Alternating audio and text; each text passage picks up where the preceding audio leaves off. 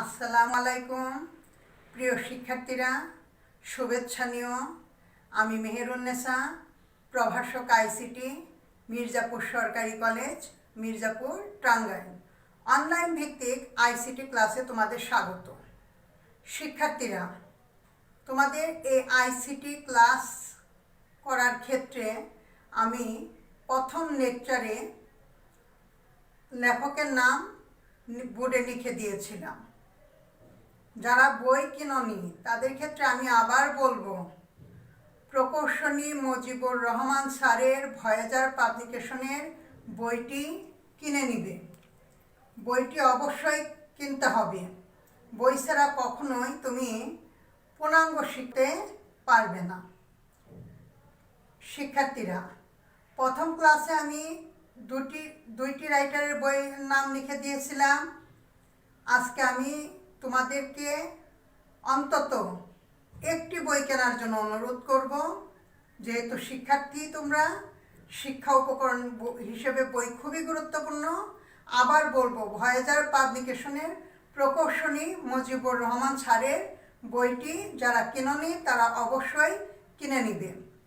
এরপর বহু বই আইসিটির মার্কেটে পাওয়া যায়।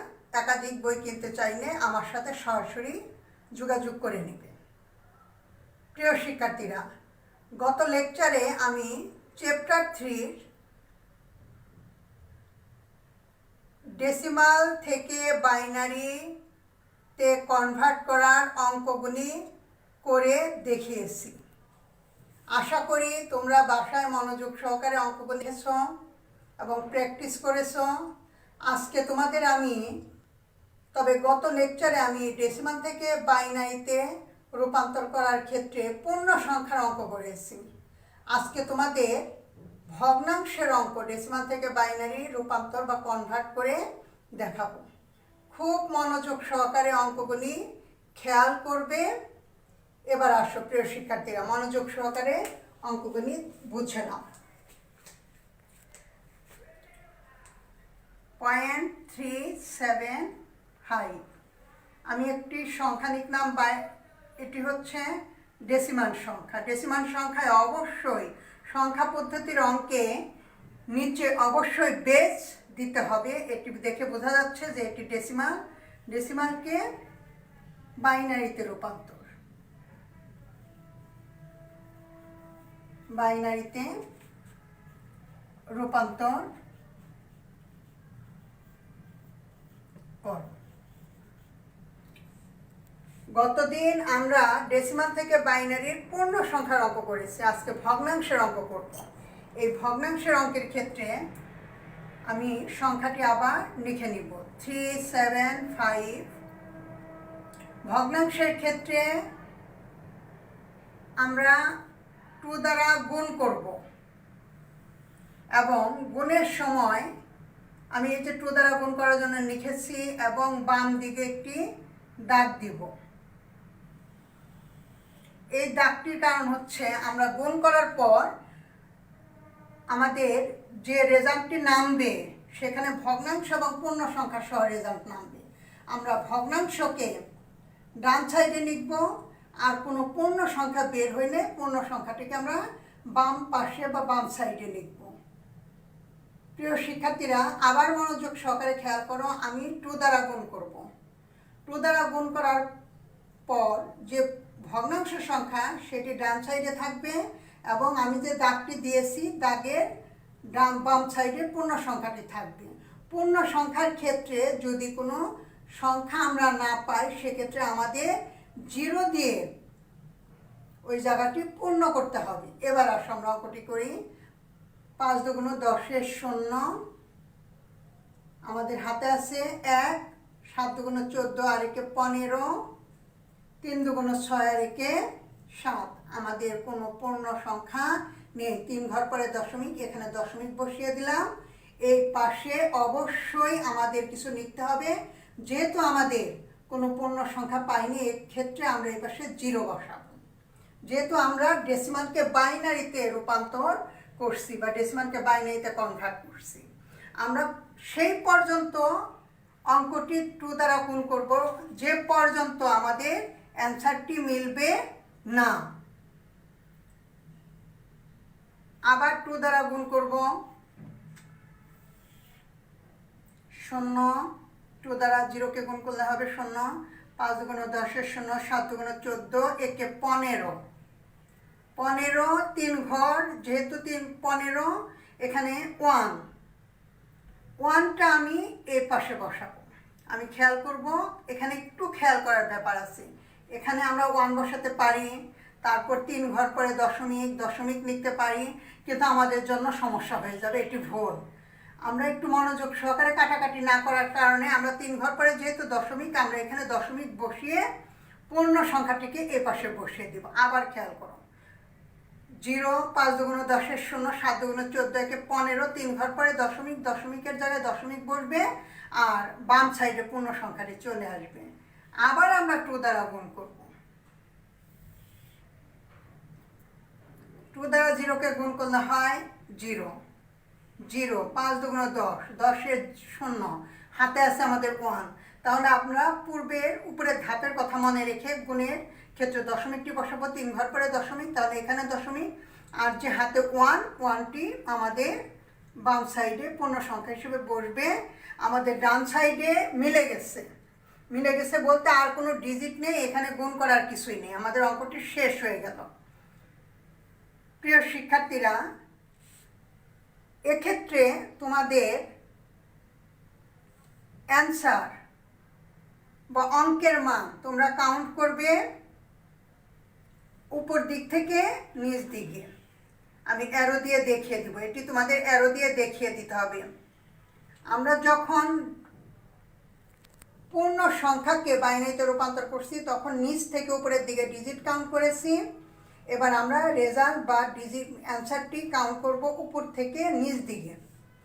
এখানে আমি অ্যান্সারটি লিখব।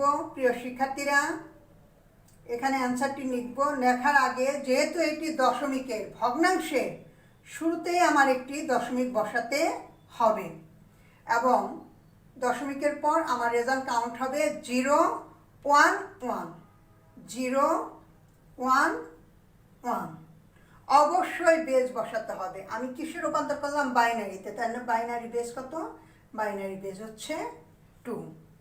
প্রিয় শিক্ষার্থীরা, তোমরা অবশ্যই মনোযোগ সহকারে লেকচারটি বারবার দেখবে, দেখলেই বুঝতে পারবে এবার অ্যান্সারটি ফাইনালি কীভাবে লিখে শেষ করবে। যে 375 এটি ডেসিমালে আছে, একে আমার রূপান্তর করলে বাইনারিতে অ্যান্সার আসলো 0.011 বেস 2। অ্যান্সার লিখবে। প্রিয় শিক্ষার্থীরা, আমি তোমাদের গতদিন ডেসিমাল থেকে বাইনারিতে রূপান্তর করার অঙ্কটি দেখিয়ে দিয়েছি। তোমরা এই লেকচারটি যখন পড়বে বা দেখবে বা খাতায় মিলিয়ে করবে, তার আগে পূর্বের লেকচারটি আবার দেখে রিভিশন করে নেবে, তাহলে তোমাদের জন্য অনেক সুবিধা হবে। কারণ আমি গত লেকচারে করেছি পূর্ণ সংখ্যা ডেসিমাল থেকে বাইনারিতে রূপান্তর অর্থাৎ কনভার্ট করা। আজকে আমি ভগ্নাংশকে কিভাবে ডেসিমাল থেকে বাইনারিতে রূপান্তর করা হয় সেটি দেখিয়ে দিলাম। এবার আমি আরেকটি অঙ্ক করব, সেটি হচ্ছে ডেসিমালকে বাইনারিতে রূপান্তর করেছি। আজকে আরেকটি অঙ্ক করব, সেটি হচ্ছে বাইনারিকে ডেসিমালে রূপান্তর। কি করব? বাইনারিকে ডেসিমালে রূপান্তর। প্রিয় শিক্ষার্থীরা, বাইনারিকে ডেসিমালে রূপান্তর করতে চাইলে আমি একটু বলে নেই। বাইনারি বেস 2 দ্বারা গুণ করতে হবে তার স্থানীয় মানকে। আমি অঙ্কটি শুরু করে দিই, তোমরা একটু মনোযোগ সহকারে লক্ষ্য করো।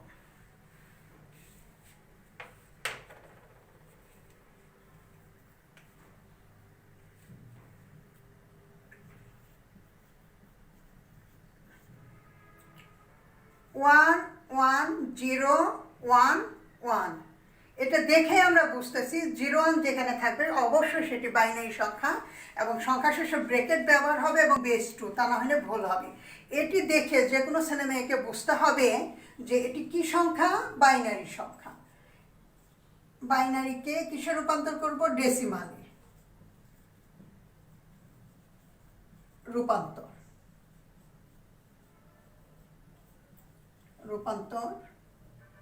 কর। বাইনারিকে ডেসিমালে রূপান্তর করতে চাইলে এখন ডেসিমাল যেহেতু বড়, অর্থাৎ বাইনারি বেস 2 দ্বারাই গুণ করতে হবে। কিভাবে 2 দ্বারা গুণ করতে হবে? ডিজিটটি আমি লিখে নিব 1 1 0 1 1 বেস 2।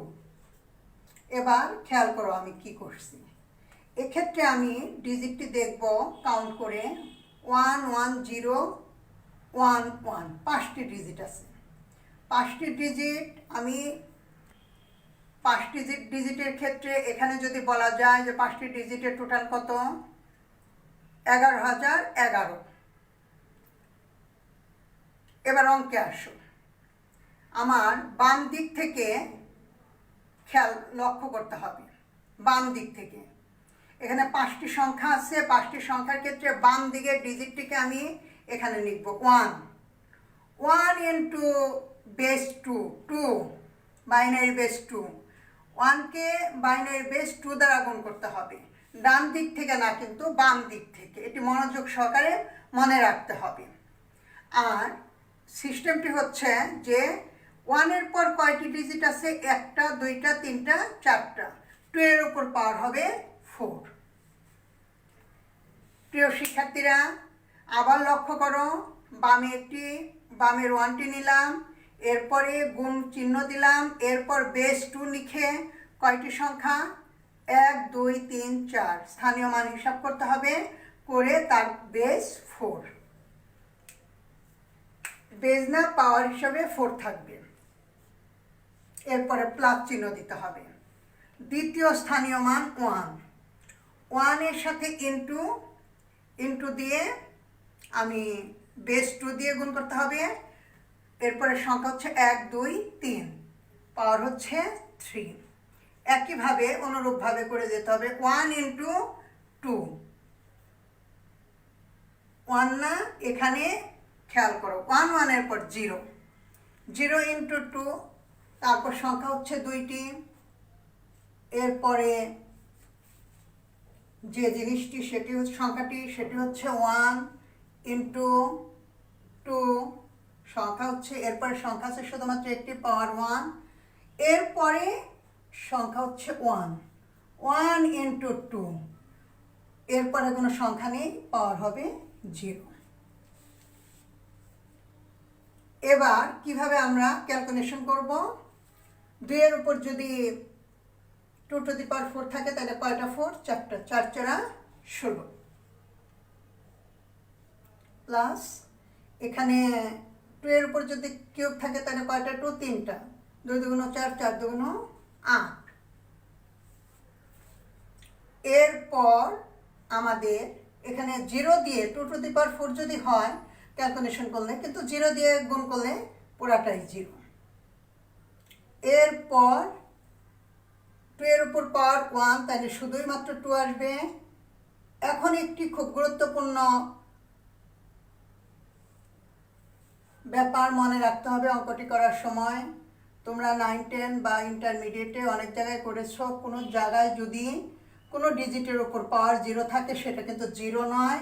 কোনো ডিজিটের উপর পাওয়ার থাকলে তার মান হয় সবসময় 1। আমি সাইড নোট হিসেবে লিখে দিচ্ছি 2 to the power 0 equal to 1।